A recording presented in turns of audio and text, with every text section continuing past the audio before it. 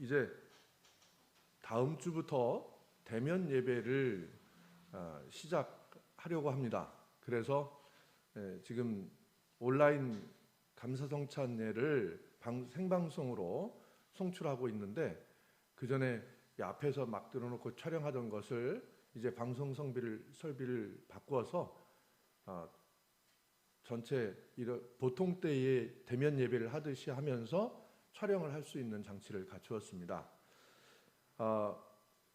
그런 처음으로 이렇게 드리는 예배이기 때문에 한번 이제 어떻게 될지, 이렇게 제가 한편으로는 예배에 집중이 잘 안 돼요. 그 예배를 봐야 되고 또 막 이 기계 설비 장치를 어떻게 돌아가야 되는지 이런 걸 신경 쓰고 막 이러느라고 사실 그런 것들이 좀 핑계가 있습니다. 어쨌든 좀 그런 인사말을 벌써 이렇게 잡담처럼 제가 드리게 됐는데요.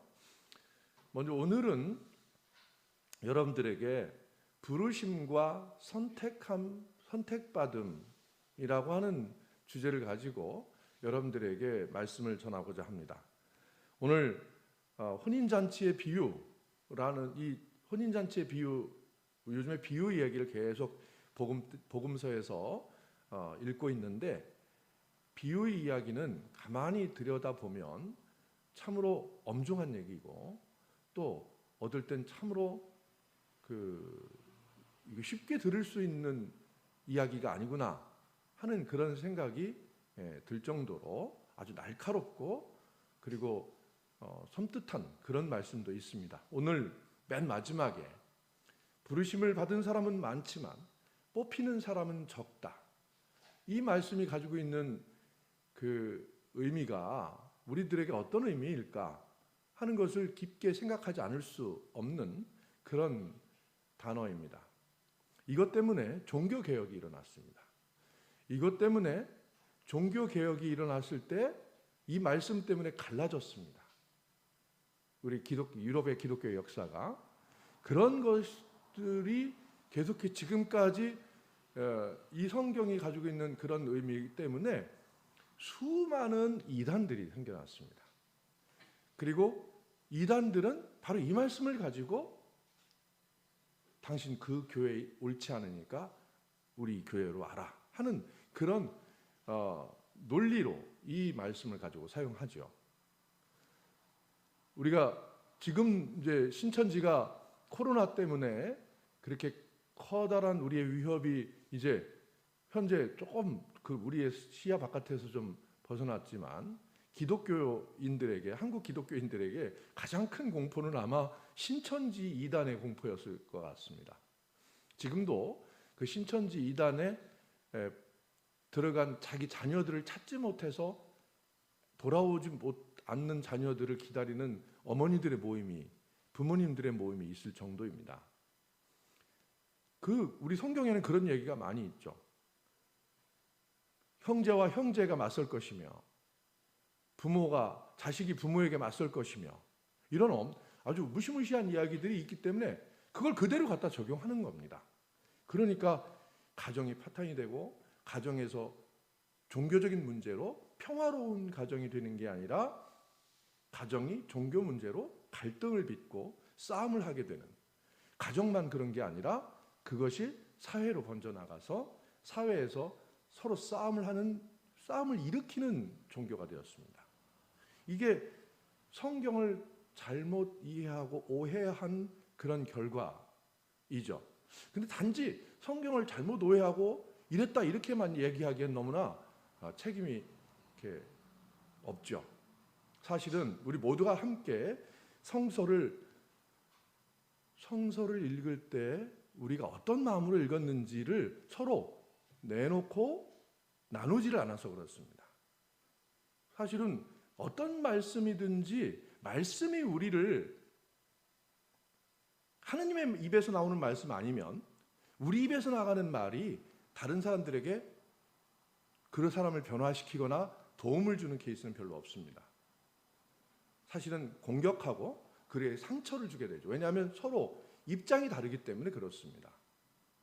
입장이 달랐을 때 말을 함부로 하게 되면 나는 좋은 말로 말을 한 거지만 듣는 사람은 그것에 상처를 입게 되죠. 우리의 말이 가지고 있는 위험성입니다. 그래서 야고보서는 혀를 조심하라 이렇게 이야기를 하기도 하죠. 어쨌든 오늘 부르심을 받은 사람은 많지만 뽑힌 사람은 적다 하신 이 말씀은 너무나 우리에게 무서운 말씀입니다. 또 예수님은 그런 냉철하게 아주 차갑게 그렇게 말씀하신 부분이 많이 있습니다. 근데 왜 예수님이 이렇게 말씀하셨을까 하는 것들을 그 예수님이 처해 있는 상황에 비추어서 예수님을 이해하지 않으면, 이 말만 가지고 예수님을 이해하면 예수님의 말이 아니라 이 말을 갖다가 자기 걸로 만들어 하는 우리의 말이 되는 것이기 때문에 말이 다른 사람에 가서 몽치가 되고 다른 사람의 가슴을 찌르는 비수가 되는 그런 말이 되는 거죠. 이렇게 말을 잘못 다스리는 종교가 결국은 세상을 평화롭게 하지 않고 세상을 해치는 것입니다. 우리는 혹시 이 말씀, 성경에 있는 말씀을 예수님의 말씀으로 제대로 전하고 있는지를 한번 생각해 볼 필요가 있습니다. 오늘 예수님이 하시는 이 말씀의 취지는 그렇습니다. 혼인잔치의 비유를 끄트머리에 이렇게 말씀하셨어요. 혼인잔치의 비유는 그렇습니다. 잔치를 차려놨더니 초청을 한 사람들은 모두 다 요즘 말로 튕겨요. 다시 말하면 초청할 만한 상대가 됐으니 좀 정중하게 와서 우리 잔치에 와서 참여해 주십시오 라고 초청을 했는데 정작 초청받은 사람들이 바쁩니다. 이 핑계 저 핑계 대고 오지를 않는 거예요. 그러니까 잔치를 한 이 손님은, 이 주인은 그냥 모든 사람들을 아무나 다 자리를 다 차지하도록 다 모든 사람들을 다 불러들였습니다. 이게 이제 이 말씀이 딱 의미하는 바는 예수님 당시 사람들은 무슨 말인지 알았습니다. 하느님이 유대인들을 사랑해서 유대인들을 통해서 온 세상 민족을 구원하시고자 유대인들의 역사 속에서 하느님이 유대인을 이끌어갔습니다. 근데 유대인들이 하느님의 이 말씀, 즉 하느님이 유대인들을 선택하고 초청했다는 이것을 혼인잔치에 비유한 거죠. 근데 정작 하느님이 유대인들의 관심을 가지고 초청했는데 유대인들은 관심이 없었습니다. 하느님의 말씀을 떠나 있었습니다. 마치 지금 예수님과 한국 기독교회가 비슷한 그런 관계죠. 우리는 엄격하게 생각을 해봐야 됩니다. 근데 그러니까 예수님이 초청받은 사람들이 초청을 하지 그 자리를 채우려고 하지 않을 때 이제까지 율법도 주고 또 여러 가지 관례와 여러 가지 예배의 전통이나 이런 것들을 다 주어서 하느님의 나라를 준비하려고 준비시킨 사람들이 오지 않는다면 이제 준비 안 된 사람들 모두를 다 그 잔치를 채우겠다. 하늘나라라고 하는 것은 바로 하느님께서 꿈꾸는 세상입니다. 하느님께서 이룩하시려고 하는 창조의 완성이죠. 그 창조의 완성은 언제 될까요? 사실은 하느님한테는 창조하는 순간이 창조의 완성입니다. 그렇죠? 우리 인간들이 볼 때는 그것이 이제 하느님이 완성할 때를 기다리는 것이지만 하느님께서는 창조하는 순간 창조의 완성이 되는 거예요. 그래서 우리를 부르시는 순간 사실은 하느님께서 그에게 모든 생명의 책에 기록할 수 있는 모든 특권을 주셨습니다. 그런데 유대인들도 그것을 거절했고 오늘 마지막에 그래서 다 채워놓고 어중이 떠중이라고 할 수 있겠죠. 이 성경에는 어중이 떠중이에 맞는 말로 사용했습니다. 또 심지어는 이제 창녀와 세리 이렇게 표현했고요. 여기에 가득 차 있는 사람들을 죄인들로 가득 채웠다 이렇게 얘기를 할 수 있습니다. 여기에 어중이 떠중이가 다 모여든 사람들은 이름 없는 사람들입니다. 그동안 하느님의 계획에 따르면 이거는 쳐다볼 수 없는 사람들이에요. 그 유대인들이 자기들끼리 내려온 전통에 의하면.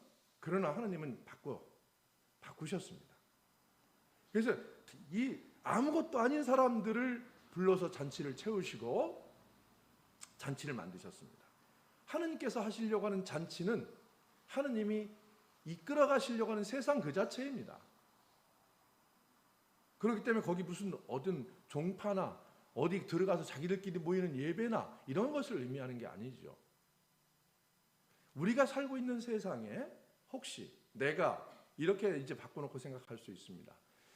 내가 사는 세상에서 내가 하느님의 부르심에 합당하지 않다고 생각해서 그냥 막 돌아다니는 사람 인생이 있습니다.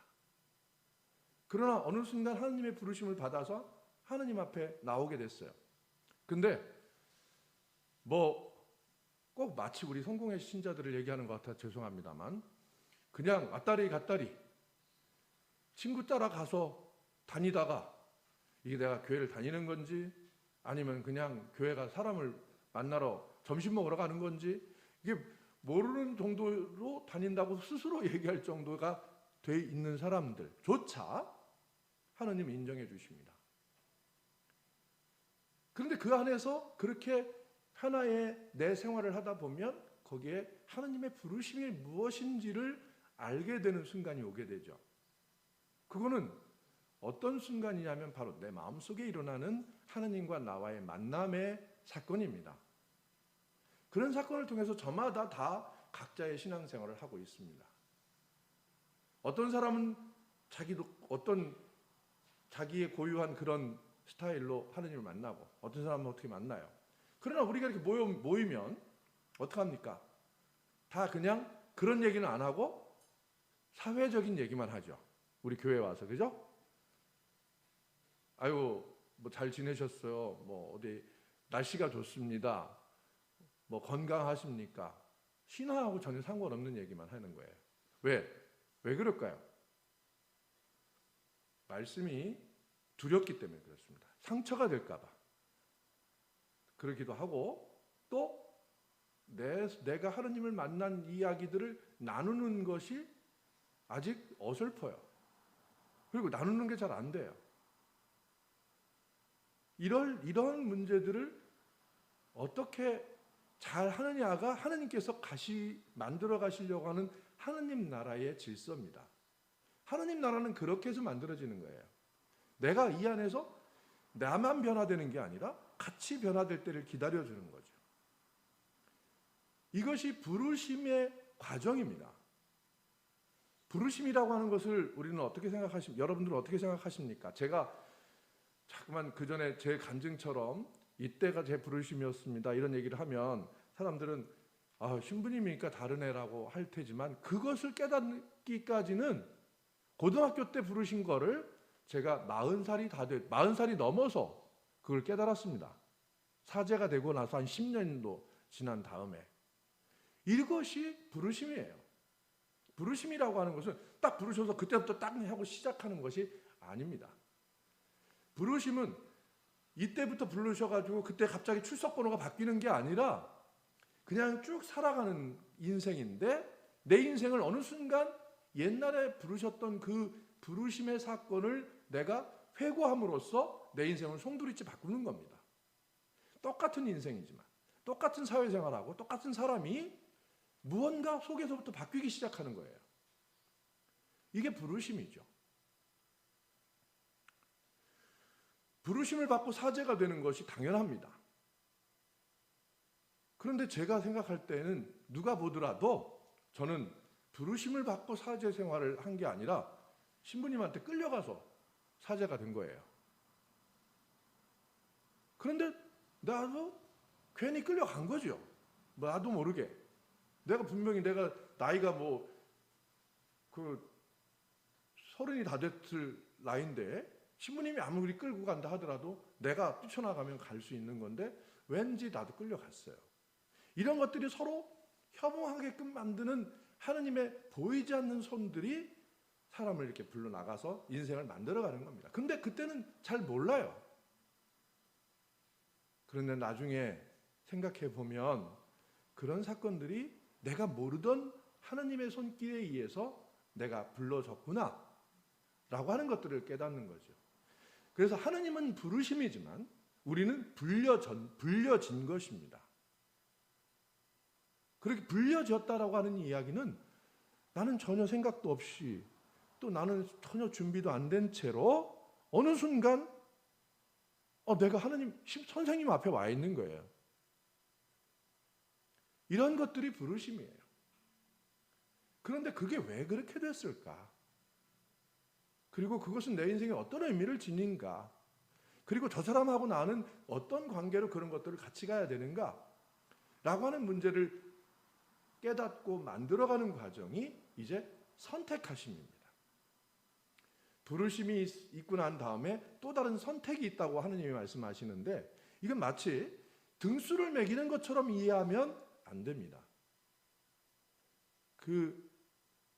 이것을 마치 등수를 매기듯이 이해하기 시작한 것은 우리 인간의 가장 큰 오해요, 미스였죠.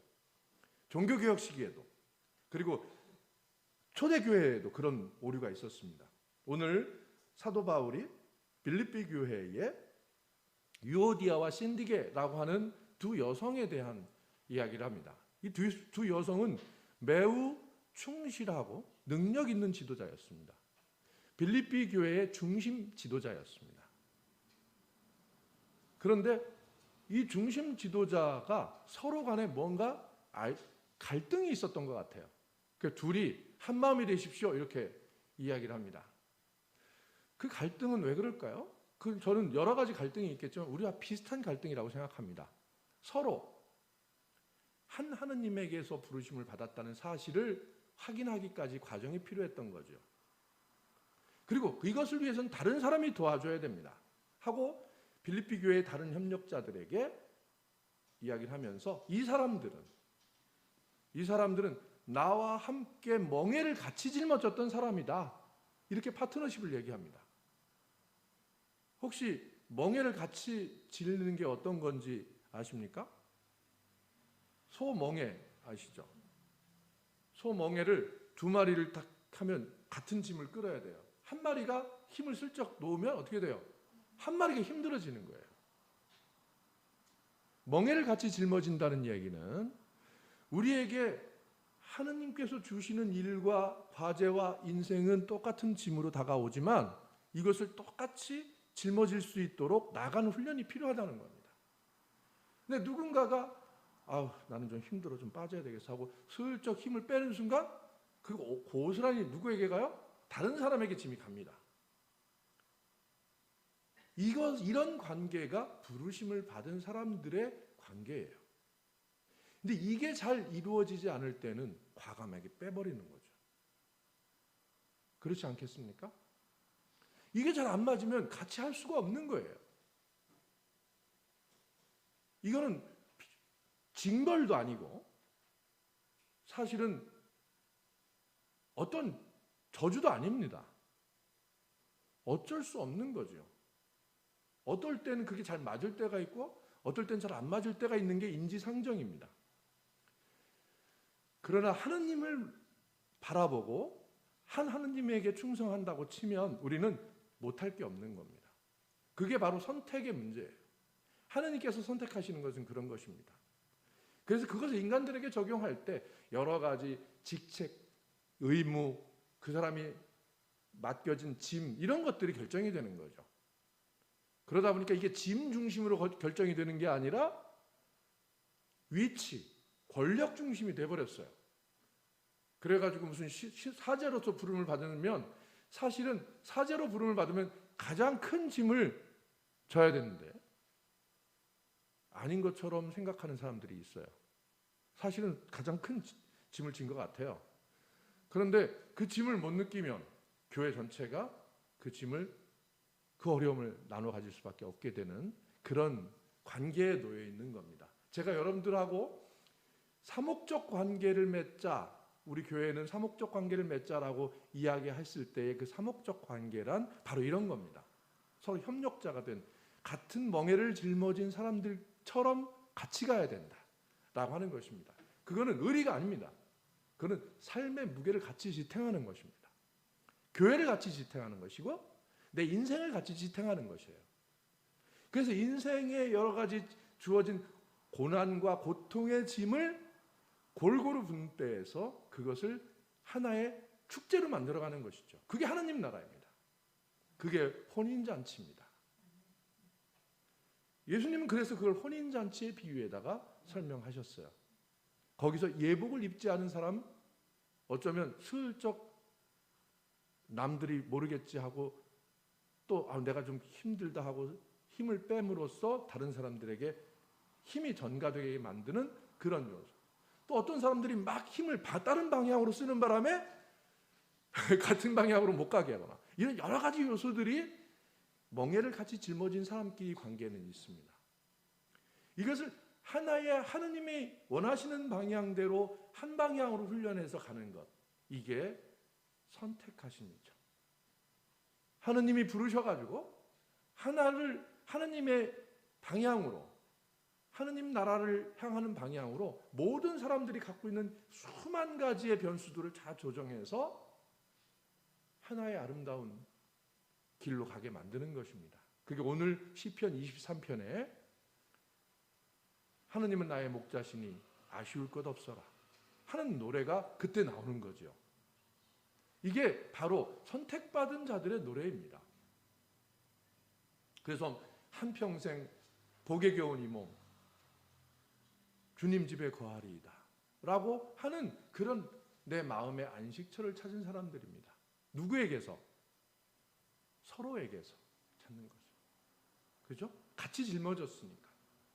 같이 짊어진 사람들이 서로에게서 선택함을 발견하고, 그리고 서로에게서 하느님 나라를 발견하는 거예요.